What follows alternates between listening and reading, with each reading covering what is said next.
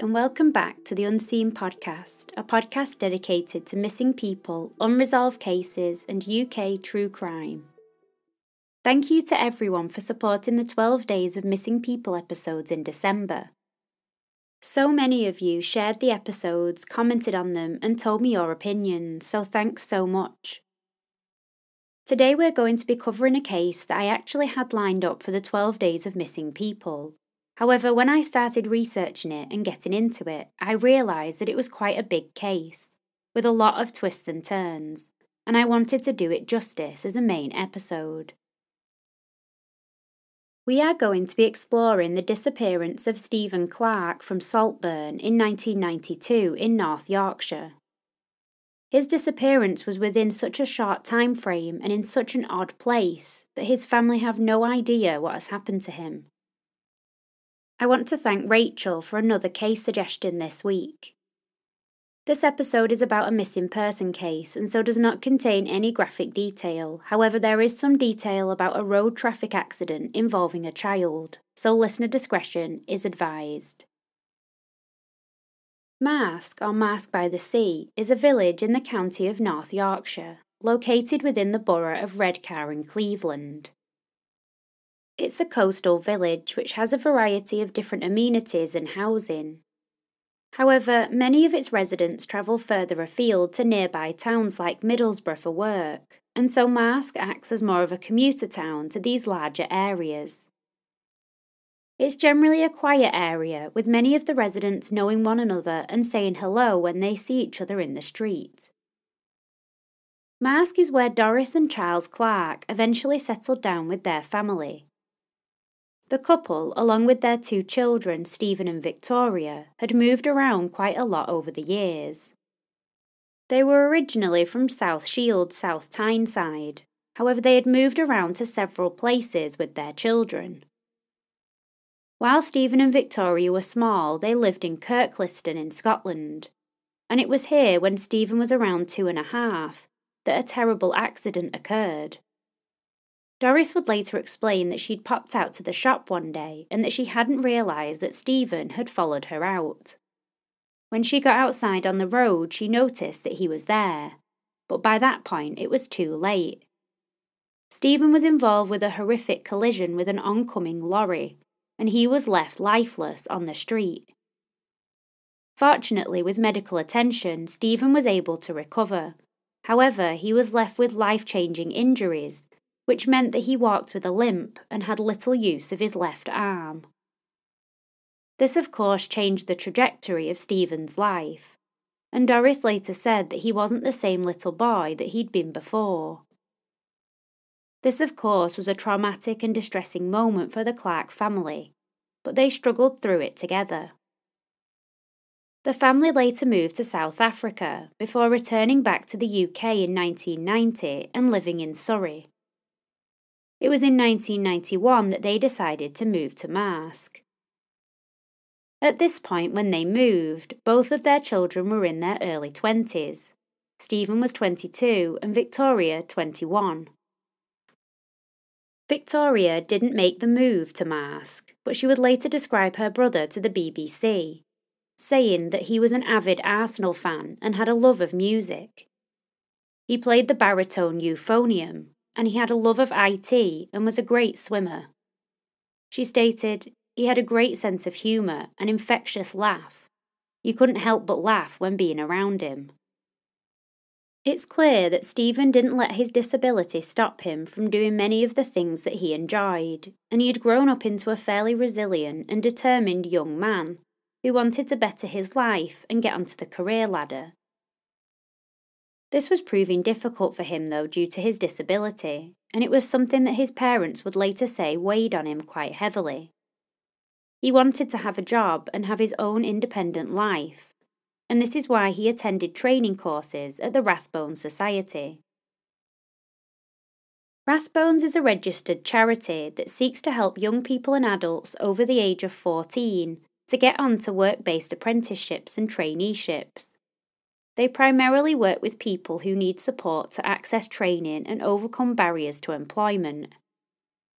This was what Stephen was struggling with, and he embraced the challenge of the training courses and enjoyed them.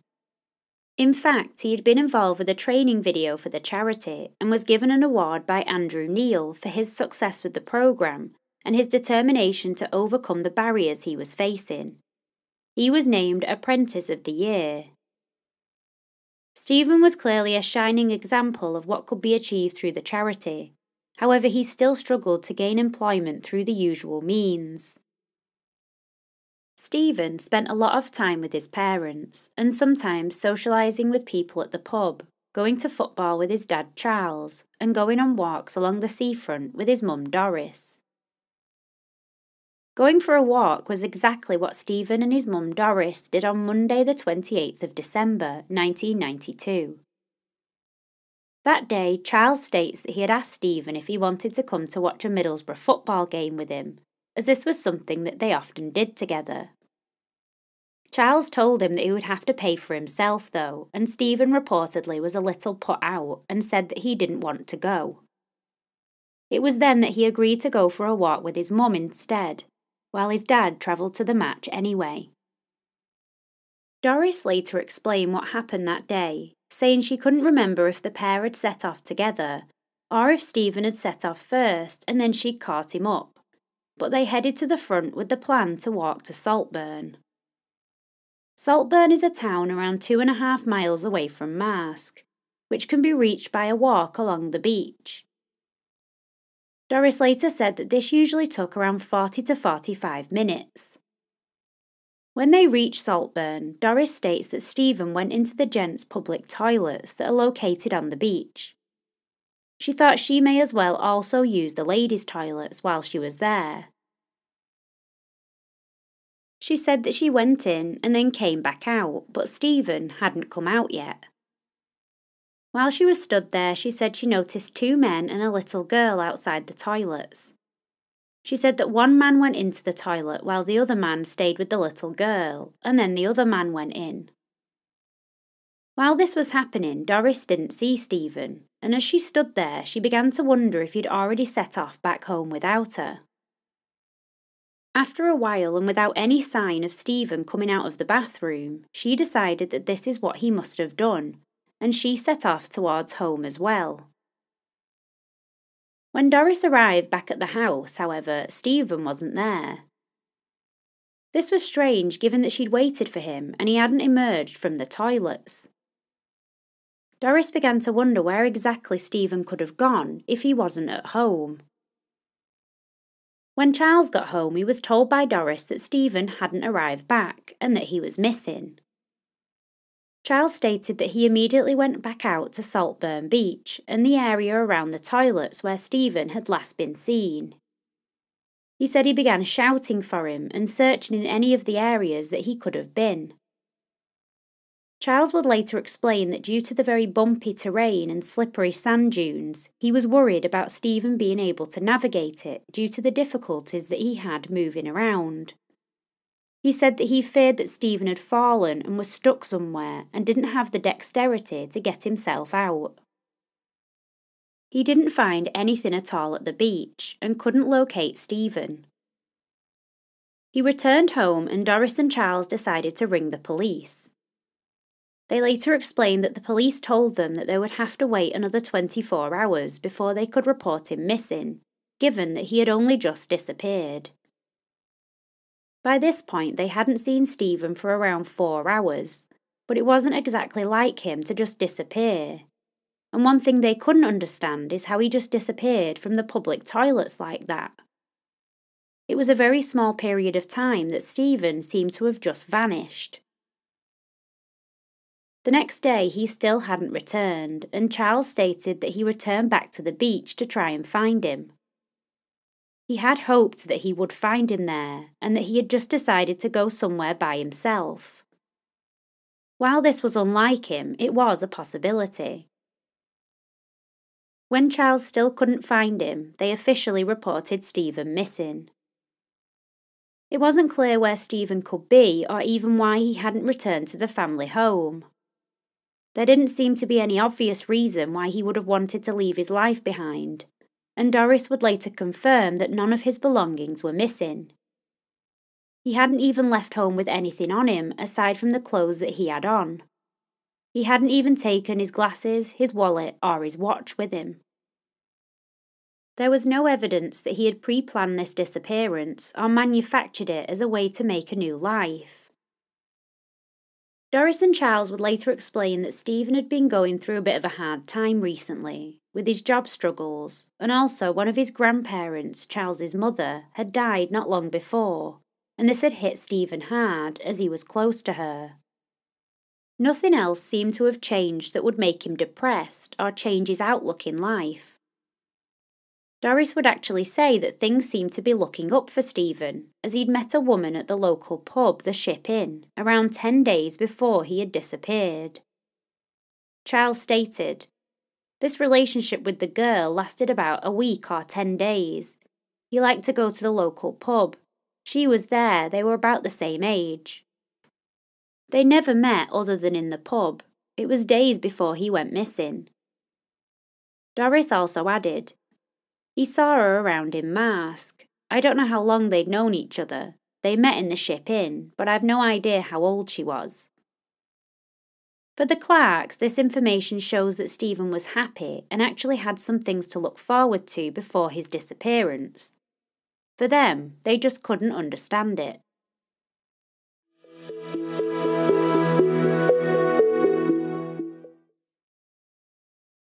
Appeals were made in the local area, with posters being put up and publicity in the local newspapers.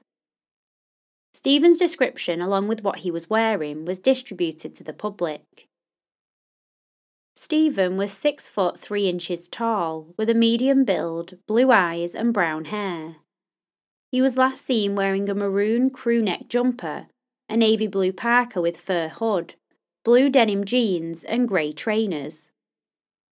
It was hoped that this description, along with the fact that Stephen was a tall man and walked with a distinctive limp, would be enough to get information coming in about his whereabouts. Doris and Charles regularly spoke to the press about their son's disappearance, and also appealed for information. Charles would later say that the publicity surrounding his disappearance was good, and Stephen's case was featured on national television in 1993, as well as in news articles. This publicity did lead to many possible sightings coming in to Cleveland police, and sifting through these sightings was a time-consuming process to discover which ones were credible. There were 2 sightings that came in that stood out. These sightings came from people who knew Stephen personally and were convinced that they had seen him. Marsk and Saltburn are small communities, and so many people knew one another, and these sightings were more credible as a result. The first of these sightings was on the 30th of December, just 2 days after Stephen went missing. This sighting took place in Redcar town centre, around 6 miles away from Saltburn where he'd last been seen, and only 4.5 miles from Marsk. The sighting took place on Redcar High Street and was reported by a man named Stan Camish. Stan knew Stephen and his dad Charles from the pub, and so when he spotted him in Redcar, he knew it was him. Stan had met a woman in Redcar that day who he later recounted the story of seeing Stephen to, straight after it happened.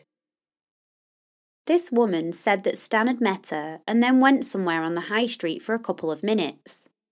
When he returned, he asked her if she saw who he was talking to, and when she said she didn't, he proceeded to describe Stephen to her, whom she did know from the same pub. She said she didn't really think anything of it until they realised that by that time Stephen was officially a missing person. This sighting would seem to be quite credible and not one of mistaken identity, given that Stan said that he had spoke with Stephen that day. Cleveland police would later say, though, that Stan would change this account in 1999, now saying that he only saw the man from afar and that it looked like the way he walked, but he didn't actually see his face.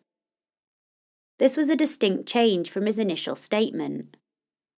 The fact that Stan told his initial story on that same day, the 30th of December, does seem to lend credibility to it. The other sighting that came in was from the 14th of January, over 2 weeks after Stephen disappeared. This sighting was reported by a woman who knew Stephen and lived on Balmoral Gardens in Saltburn. She stated that on the 14th she'd noticed Stephen coming up the steps from an area called Valley Gardens. That route came from the direction of the beach where Stephen had last been seen. Interestingly, Stephen wasn't alone that day. The woman stated that he was with a man aged between 50 to 60 years old, with balding grey hair, wearing a long grey coat and glasses. Once again, this sighting appeared to carry more weight, given that this woman knew Stephen and was less likely to be mistaken. This begged the question, if it was Stephen, what had he been doing, and who was the man that he was with? The not knowing and being in limbo was hell for the Clark family, who continued to hope and appeal for answers as to where Stephen was. They continually spoke to the press and tried to drum up as much publicity as they could. They were successful in doing this, but unfortunately information that was coming in did not locate Stephen, or give any clues as to where he could be. Weeks, months and years began to pass with little being found. Stephen's case was regularly included in Cleveland Police's cold case reviews, but each time nothing new was discovered. In 1999, a significant development occurred. A letter arrived at Gisborough Police Station, the police station dealing with Stephen's case, and around 5 miles from the family home. The letter was addressed to the Stephen Clark Incident Room at Gisborough Police Station. Police did not disclose the contents of the letter at the time, but there was the implication that whatever was in it gave the police a tip to what may have happened to Stephen. The author remained anonymous, and police were at a loss to try and trace them. But it seemed significant, given that whoever it was had felt the need to write it 7 years after Stephen disappeared. Nothing more seemed to have been done with it at the time, although police stated that it was assessed by officers and the information recorded. It seemed that without any new leads and without locating Stephen, police were at a loss. During these reviews, police continued to look for any signs of Stephen living elsewhere or having a new life, but unfortunately no proof of life for him was found. Stephen's bank account and savings account both had money in them at the time that he went missing, but years later they remained untouched. This was a concern for both the police and his family. His family continued to have hope that Stephen would be found, and they decided to stay where they were in their home in Marske, despite feeling like they wanted to move away. They knew that Stephen knew their house and were reluctant to move away, hoping that one day he would walk back through the door. Despite the time that had elapsed, they made sure that they still tried to keep Stephen's case in the public eye, speaking to the press and working with the Missing People charity. In 2010, they spoke to the Gazette on the 18th anniversary of Stephen's disappearance, discussing how difficult it had been for the nearly 2 decades that he was missing. Charles said, "Everybody says, how sad it's been 18 years, but it doesn't change how you feel. It's exactly the same as it was when he first became a missing person." Doris added, "He just literally disappeared. We went for a walk together. He decided to nip into the gents. I popped into the ladies, and when I came out and waited for quite a while to see if he was there or if he was coming out, nothing happened. He didn't appear, and we haven't seen him since." The not knowing is such a common theme in missing person cases, and it's something that must absolutely devastate a family. Another 10 years would pass in Stephen's case, and in 2019, a new cold case unit review began into his disappearance. It was in 2020, however, that police announced that they were now treating Stephen's disappearance no longer as a missing person inquiry, but a murder case, due to the fact that they could establish no proof of life for him. While this was a significant development, what would come next would be a bombshell. On the 14th of September 2020, arrests of what were described by Detective Chief Inspector Sean Page as 2 suspects were made in relation to murdering Stephen Clark. These 2 suspects would turn out to be Charles and Doris Clark, Stephen's parents who were now in their early 80s. This was absolutely shocking to the local community and came as even more of a shock to Charles and Doris. Doris later explained that a policewoman and 3 plainclothes police officers turned up at their door at around 8 a.m. while she was starting breakfast and Charles was in the shower. When they said that they were being arrested for murdering Stephen, they couldn't believe it, and Charles said that he thought it must be some sort of joke. He said he was very abrupt with the officers and told them to go away and behave yourself.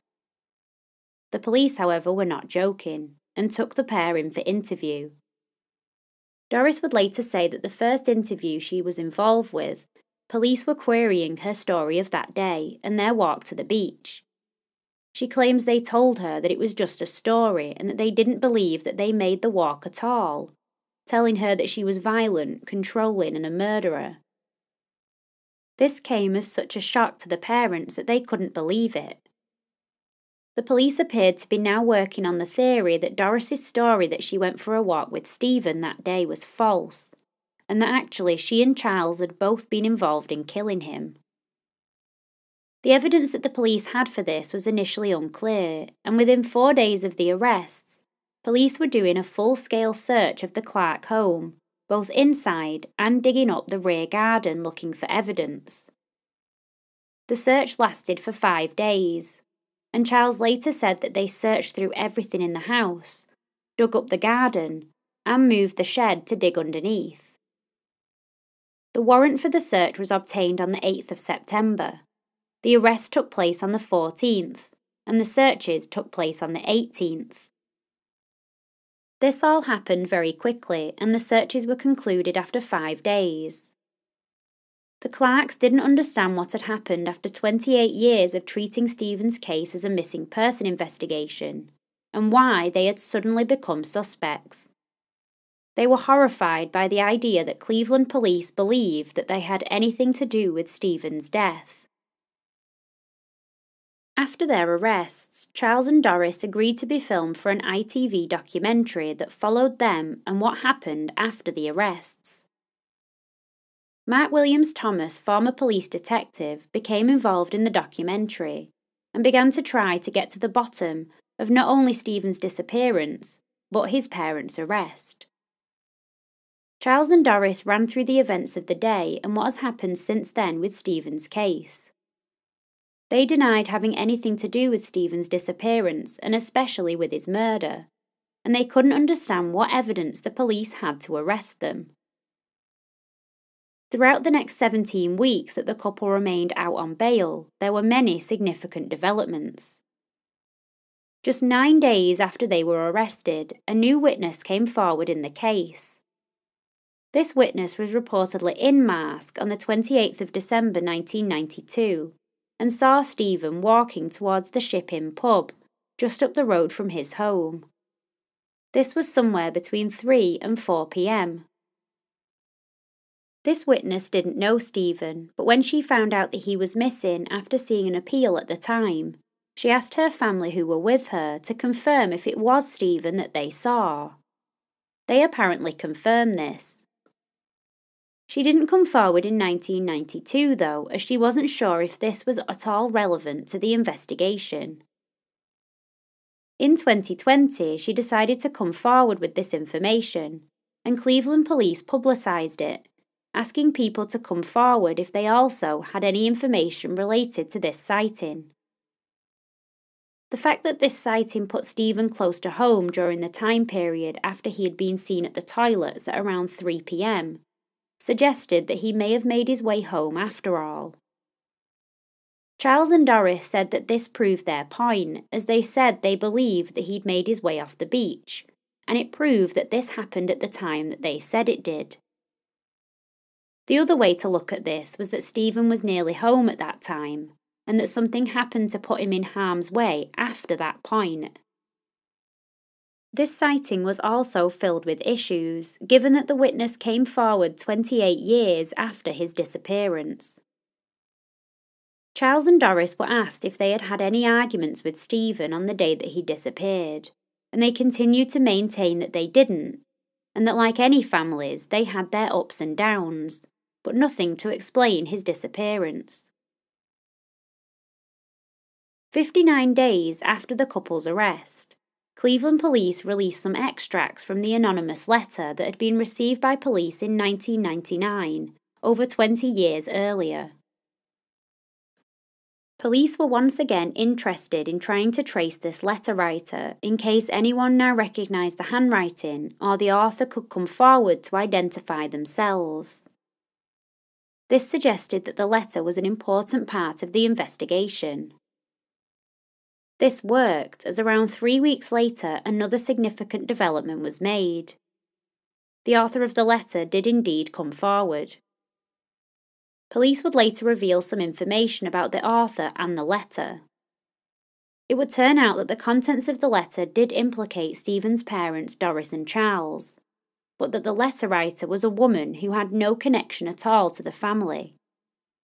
She reportedly told police that she wrote the letter in good faith, but that she didn't know them personally. This is evident when you see the spelling used of Stephen's name with a PH used in the middle rather than a V. This is obviously not someone who knew him personally. This completely threw out the validity of the letter, given that this information was not based on any evidence of a crime.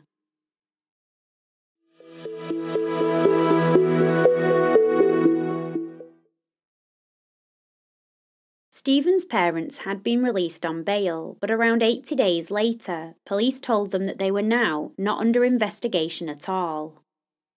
It would turn out that Cleveland police had given the evidence they had to the Crown Prosecution Service, and they had established that they didn't have enough evidence to make a case.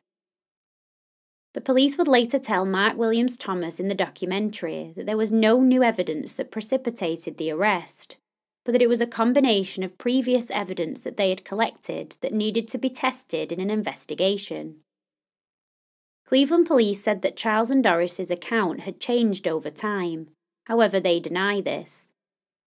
Police also said that they couldn't confirm that Charles had been at football that day as he said he was, and that the new witness sighting put Stephen close to home, and that something must have happened to him after 4 p.m.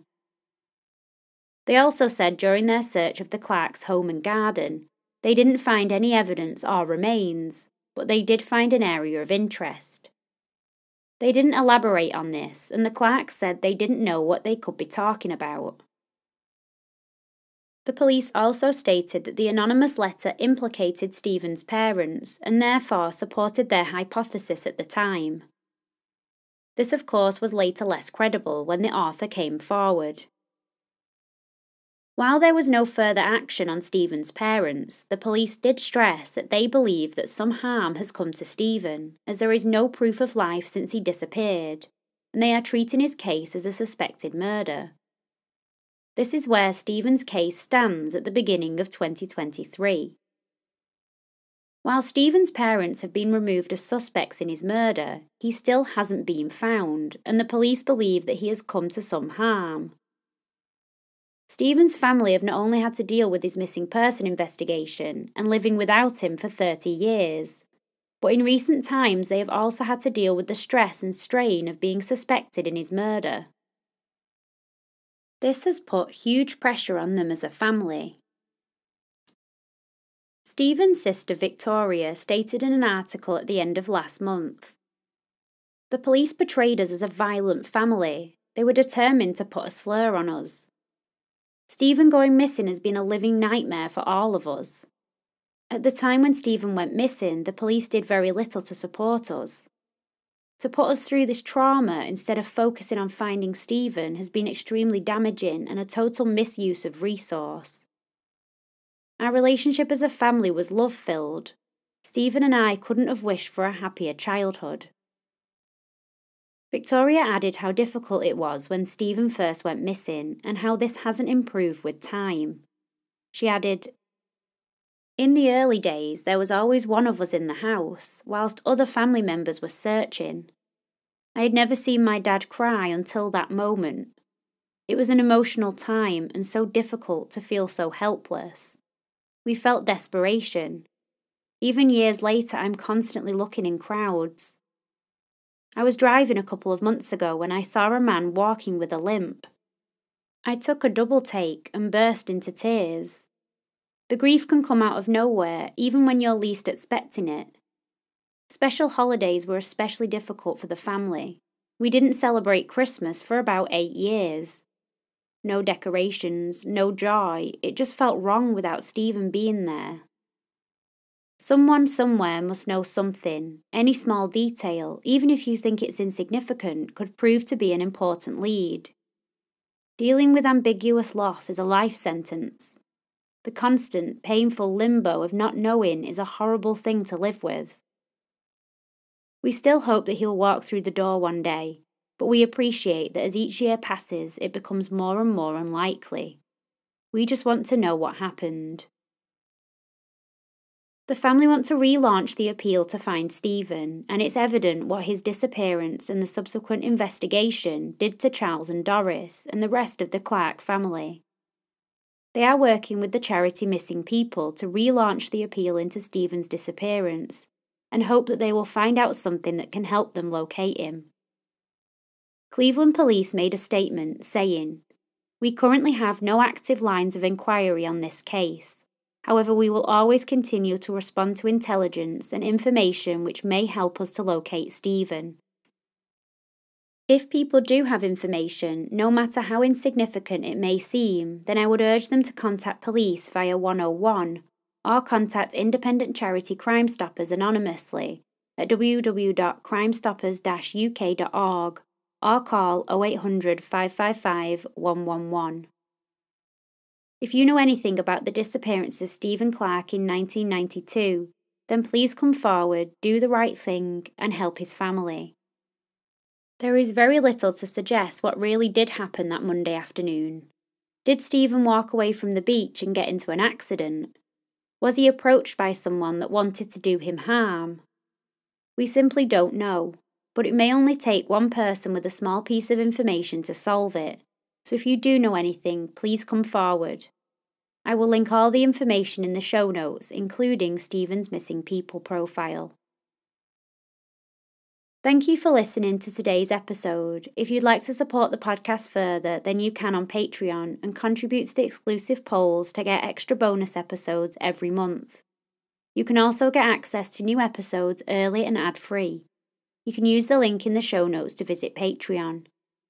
You can also support us by reviewing the podcast wherever you listen, including Spotify, and also just share the episodes. You can subscribe on YouTube and follow us on social media. You can also now subscribe and listen to my new podcast, 10-Minute True Crime, which tells infamous crimes in a short-form, bite-sized 10 minutes, for people on the go or who just like the facts. Find that wherever you listen and in the show notes. As always, I'm Caprice, and this has been Unseen.